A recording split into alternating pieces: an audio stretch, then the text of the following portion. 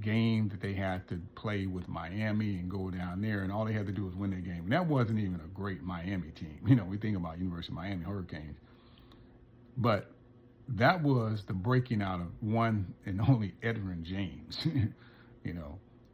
He had a monster career day and ran ramshot through UCLA's tattered defense and exposed them, and there went UCLA's opportunity to make it to the national championship game. And ever since then, UCLA hasn't sniffed anything close to being at a national championship level. So do your research and homework on that one. So then you have where, going through, like I said, from Tanayu, then we going through a couple coaches, and you got New Heisel. There was the debacle of, what was the guy name? Another UCLA. And UCLA for years would seem to hire in-house people, which is what they have now with Devon Hester. They go to, their knee-jerk is to go to close to home, hiring UCLA men, like a lot of universities do. They want to hire their own. Well, a lot of times that type of nepotism doesn't work. Hiring your own doesn't work, and then it gets into an uncomfortable situation because you hire former greats, and when they don't live up to this program and so forth.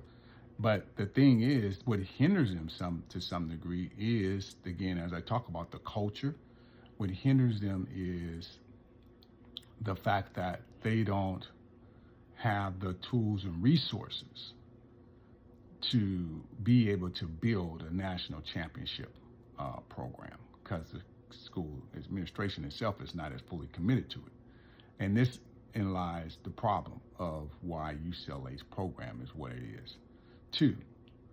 So when you look at that, you have to understand those machinations first before you get to where it is.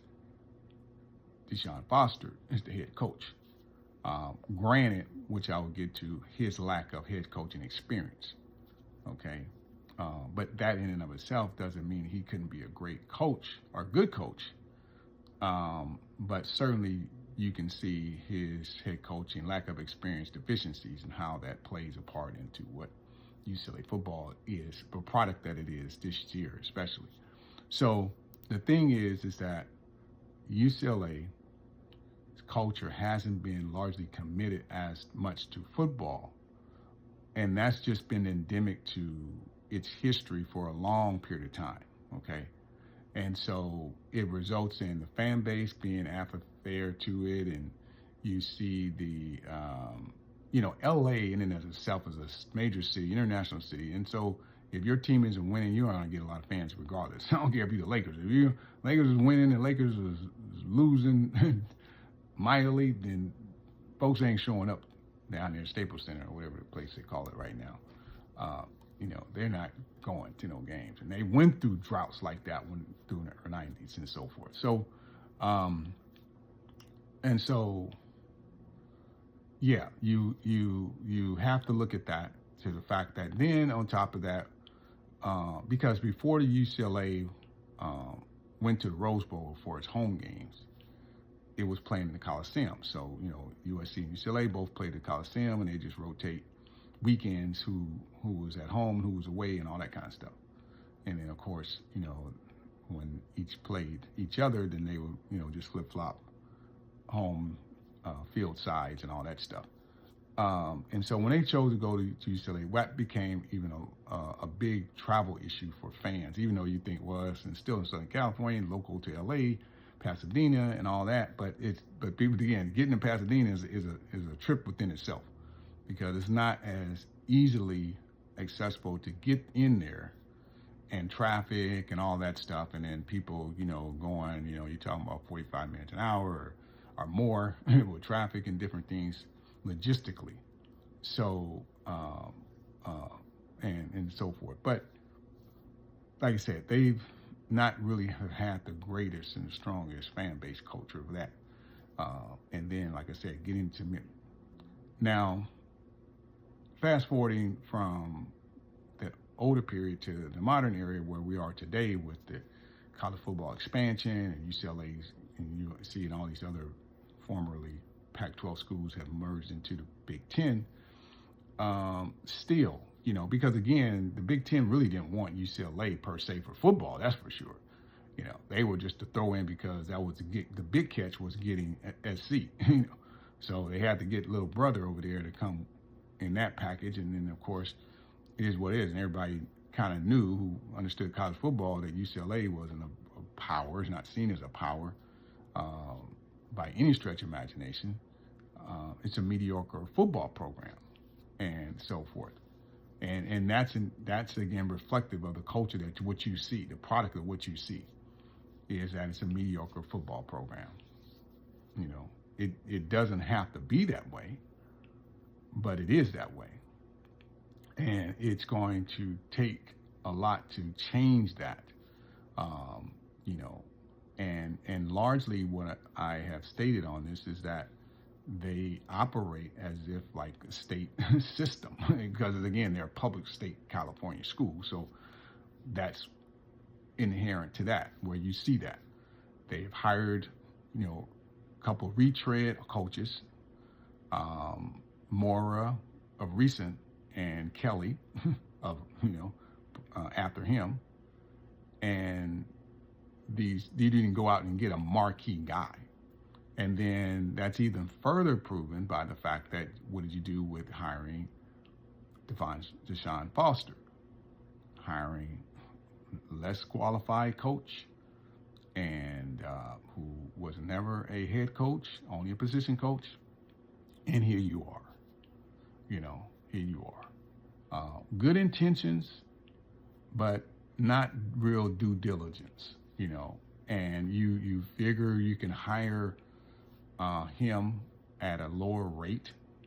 And, probably even some top coaches probably wouldn't even want to come in because once they look at really the fine details of what the state of the program is, and they're like, well, can you win here? Yes, you can win here, but the thing is now you have almost insurmountable odds of winning here at UCLA. I'm saying here, like winning there at UCLA because of, like I said, all of the endemic issues that are beyond just football, beyond just getting players and so forth. What is the commitment of the university administration to football and making that is the thing? Like I said, this duality of trying to be an academic school versus football school. And like as you see it with other powerhouse elite football programs, they're all in. They got a strong fan base. They got a commitment of administration, boosters, and everybody is bought in. And a coach that can develop, that can recruit, and get talent and so forth, and win. Bottom line, win. And so until UCLA changes that and applies to that, then they're going to be stuck in mediocrity for quite a while, plain and simple. And that is the challenge for them, is to make that decision. Do they want to fully commit to football and be that, or do they want to stay just, okay, we'll win here and there every, like once every 4 or 5 years or 6 years or whatever, and kind of stay in that middle of the road type of thing and be comfortable there. And a lot of teams in this conference, in this Big Ten conference, were like that prior to the new additions coming in last year. The Minnesotas, the Iowas, the schools of that ilk were pretty comfortable being in that middle of the road because they don't have those full resources like the big powerhouses, Michigan's, Ohio States do, the Penn States do. They don't have that resources. They don't have the 100,000 seat stadiums and all that stuff that comes with being that powerhouse, the championships and and the whole pedigree of what it takes to be at that elite level. And so, and what have you. And then, like I said, the big shift in the culture of what's going on in college football. UCLA is not operating in a 21st century model of that, and that is what is bigly has hindered it a lot of ways. In terms of, like I said, there's going to be having to be a cleaning of house, and going full in, like I said, to get someone that one knows how to win, who has a resume, and all those sort of things. You have to match toe for toe. If USC went out and got Lincoln Riley and paying him what they're paying him, and then you see he was floundering for a little bit. He hadn't taken him to the playoff. That almost, but didn't. And then, but they invested in the resources this past year, and we know the history of USC is that they are committed. So they've gotten more committed. They were kind of like floundering about their commitment too for a little bit, but now they kind of changed that tune this last year and a half or two, and so forth. To try to get themselves back to where their brand has been in college football. So, and UCLA has to borrow a page from that and say, okay, we're going to get us a top-notch coach too. And that should be the thing. You should see that like it used to be back in the day when, nationally people knew UCLA and USC. Because, again, the fishbowl of college football was a lot smaller back in the days, in the 60s and 70s and all that stuff back in the day.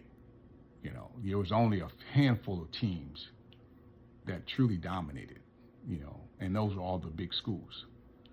And so, but today, we have lots of schools that are committed into football, especially out of the SEC, especially out of even the Big Ten now with the expanded Big Ten, the Oregons of the world. We talked about the Penn States and Ohio States and all those folks and stuff. And then we're seeing other teams, other conferences, over the years, come up, Clemson's, certainly, like I said, you got Miami's history, Florida State's history over there in the ACC, and what have you. So the fishbowl of football has expanded, and the parity is there, especially with NIL and transfer portal, as everybody knows. Okay, so these are the kind of decisions that UCLA has to make for themselves if they're going to really have a big footprint into this landscape of the modern college football era in the 21st century, period. And you can talk all the other stuff all you want to, but this is what it gets down to, in my opinion, to it, and the way I see it for them. Getting the coach, someone who can know how to recruit and do all this stuff to develop, those are two critical things, recruiting and development, because there are programs, like I said, that's taking less talent, case in point being in Indiana, Coach Sig is Indiana. And getting them to buy in and develop that system, it's similar to how Iowa used to be, to some degree still. They recruit a certain type of player, develop that player. Boise State certainly wasn't a model to that, not as much as they used to, because Boise State, once they leveled up, then they almost they're imitating what a lot of the larger schools, and they got out of their niche model. Their niche model was to take those 2 stars and 3 stars and develop those guys and have veteran players on that team who fit their system. And so it allowed them to be successful that way. And then when they go up against a marquee team in a marquee match, they were operating like a machine and very functional and efficient. And so, but this is a new era now, and it's harder for those teams to still do that and be competing at a high level with the way the landscape of college football is and so forth. And so anyhow, UCLA has to have its own heart-to-heart and soul-searching about the direction it's choosing to go, because it could be really disastrous. So obviously, this define unless something totally dramatic, miraculously happens, that they just go on a 9-game win streak and turn into a total different team this season. The likelihood that Deshaun Foster will be the coach in 2026 for UCLA is not very good. Based upon when you look at the way they played these last 3 weeks, plus what's ahead on their schedule, it only points to disaster and a firing at this point. And that you have to look for what is the good for the program. Do you want to continue and stay into this and think that he can turn it around when nothing has shown that in these 3 weeks? I mean, last season, at the end of last season, UCLA thought, okay, they won some games at the end, and it seemed like, okay, yeah, they then of course you bring in, Nico and the whole thing with him and the hype around him, and there was all the problems. Well, we've seen what that looks like in 3 weeks. So that story there is lost its luster. Now it's about what can they do to salvage this season, and they're likely going to be underdogs in every game that they play this remaining a part of the season. Like I said, unless there's some miraculous turnaround, that not likely to happen. Not likely. I'm not saying it won't. I'm just saying it's not likely. Okay, and so forth. And so, so that's the buying time in this. Is what is it UCLA will do? Will they continue to ride on this horse with Foster if loss after loss keeps piling up and they're 0 for 7, 8, 9 games into the season? Will they go ahead and pull the cord and just say, okay, we got to cut our losses with this guy? Because I'm sure they having those conversations right now. I mean, I don't think that they're not naive and not to be thinking this stuff. The administration, the ADs and folks having these conversations about worst case scenarios. You believe they're doing that, because it's embarrassing, and people are going to be boosters, invested people in the UCLA are going to be calling them folks and letting them know that, hey, what's going on with this thing and stuff. And you're going to lose fans. You're going to, your attendance is already dismal as it is. You're going to have even further folks staying home. And it's going to be an embarrassment when you have 5, 10, 15,000 people sitting in the stands. And then you'll be covering up the bleachers like left and right, like it was COVID or something. And that's just going to be just, horrendous for UCLA. So yes, they're going to be definitely doing some evaluating for sure on this situation to see how things play itself out, where they are at the midpoint season, and how they look in these upcoming games, particularly. If they're constantly getting blown out 20, 30, 40 points in these games, then they'll probably pull that court sooner than later, I would imagine, okay? Because we've seen this happen in other programs where folks get the court pulled from them in the same amount of time. They've been short leases on coaches getting the court pulled on them into their second year, because this is a zero-sum business now. This is a business where you got to win now. You don't have 3, 4, 5 years to get together to win. You have to win now, and UCLA is not winning now, and so. And UCLA is collecting these Big Ten checks. They collecting them Big Ten checks like a welfare case. But at the same time, your football program is a dumpster fire. And, do you want to be in this abyss to be the 18th best team out of 18 schools in your conference? Because that's where you're headed right now, to be the laughing stock and the embarrassment and this sets you back for years. A type of situation such as this will set you back for years, and it's difficult to get it turned around. It can happen, like I said, but it's going to take some things to make that happen.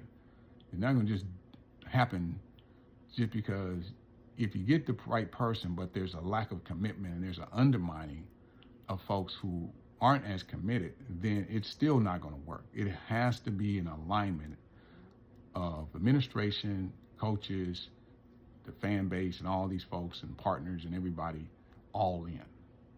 It has to happen that way. And right now, that's not happening. That's not happening. A lot of talk and not a lot of walking. And that's what I have to say about that. Okay. Thank you for tuning in on the program, and I will be talking with you more, sharing you more tidbits, and we'll follow this UCLA situation as we go through the upcoming weeks. But that is just my hot take regarding the state of UCLA football and what is currently a disaster. Okay, there you go. Thanks so much.